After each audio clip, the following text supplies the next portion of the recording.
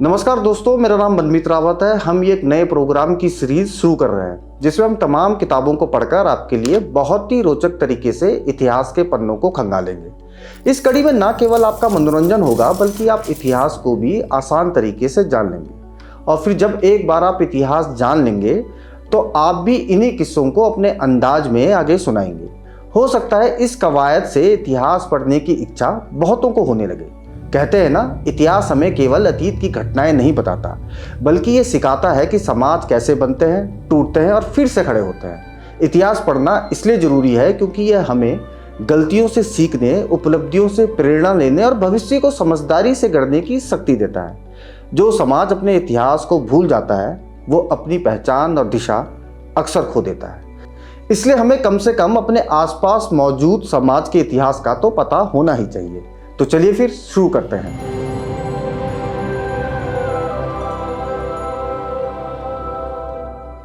दोस्तों, हम उत्तराखंड के इतिहास की अक्सर जब बातें करते हैं तो हमारे पास रेफरेंस पॉइंट के तौर पर दो तथ्य होते हैं और वो दोनों ही तथ्य धार्मिक किताबों के होते हैं। उसमें मुख्य रूप से एक मानस खंड है और दूसरा केदारखंड।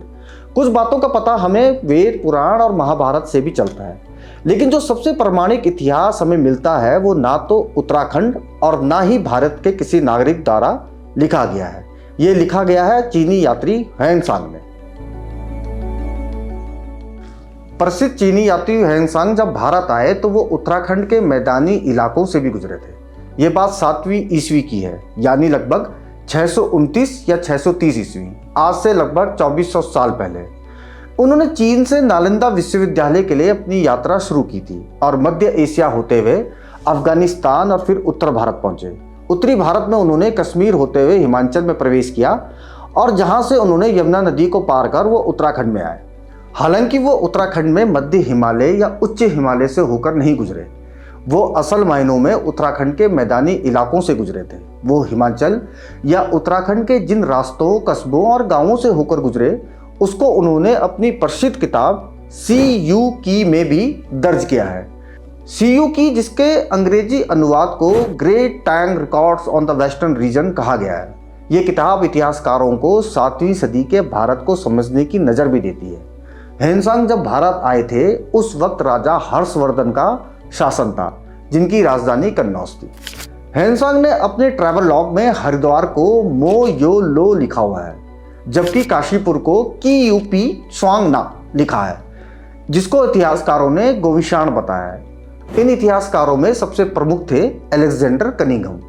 अब कनिंघम कौन थे? असल में कनिंघम ब्रिटिश सेना के अधिकारी और भारत के पहले आर्कियोलॉजी के सर्वेयर थे, यानी पुरातत्व सर्वेक्षक थे, जिन्हें भारतीय पुरातत्व का जनक भी कहा जाता है। उन्होंने सबसे पहले बताया था कि ह्वेनसांग जिस की यूपी स्वांगना की बात कर रहे हैं वो आज के काशीपुर कस्बे के निकट गोविशाण नाम का एक जगह है। कुमाऊं क्षेत्र को ह्वेनसांग ने सो फा ला ना की लो बताया है, जिसका उस समय के आधार पर मतलब हुआ स्वर्ण गोत्र, जिसका अर्थ इतिहासकारों ने कुमाऊं बताया है। ह्वेनसांग ने अपने ट्रैवलॉग में गंगा नदी के धार्मिक महत्व का भी उल्लेख किया है। उन्होंने लिखा है कि गंगा का जल पवित्रता का स्रोत है, जिसमें स्नान करने से पापों का नाश होता है। हरिद्वार के संदर्भ में उन्होंने यहाँ के धार्मिक अनुष्ठानों, तीर्थयात्रियों की भीड़ और गंगा स्नान की परंपरा का उल्लेख किया है। उन्होंने ये भी लिखा है कि यहाँ पर कई दूर के इलाकों से भी लोग पवित्र स्नान करने आते हैं और यहाँ पर कई हिंदू मंदिर हैं। वैसे ये बात बता दें कि ह्वेनसांग ने हिंदू शब्द का प्रयोग नहीं किया था, क्योंकि उस वक्त ये शब्द प्रचलन में था भी नहीं।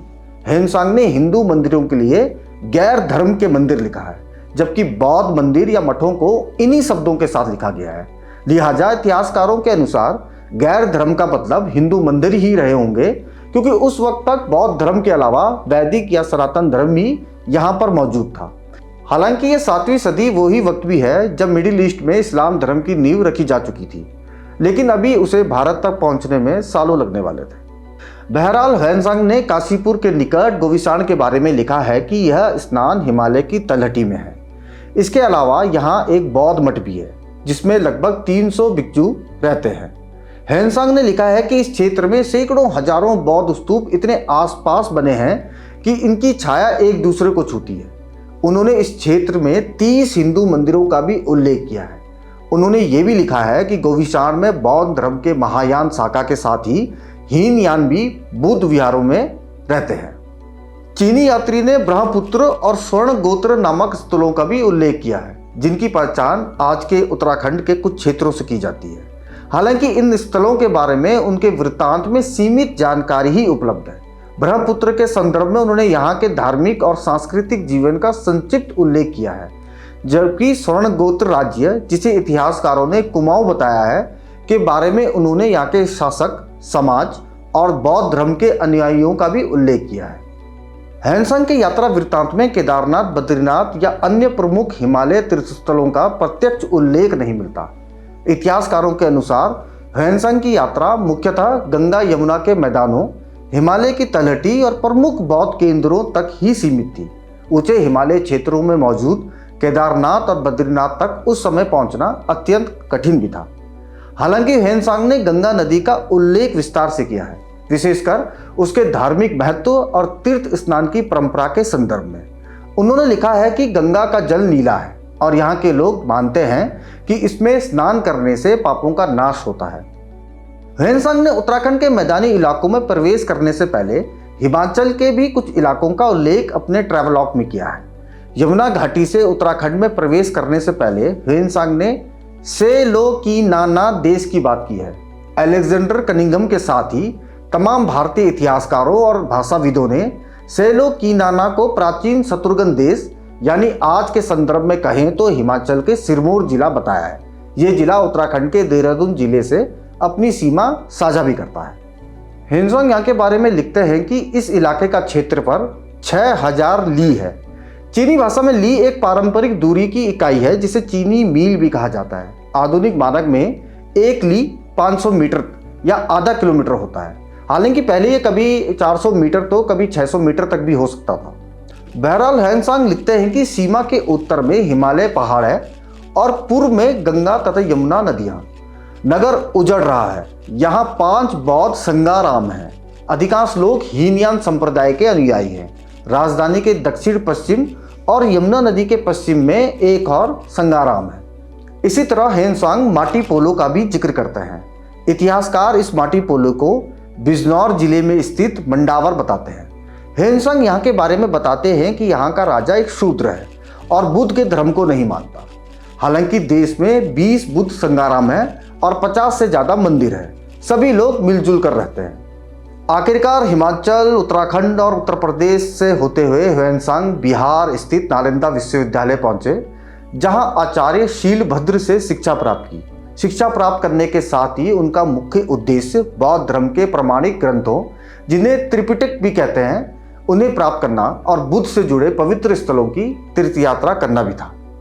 आपको ये कार्यक्रम कैसा लगा हमें बताइएगा जरूर। हम आगे भी आपके लिए किताबों को पढ़कर रोचक किस्सा गोई लाते रहेंगे।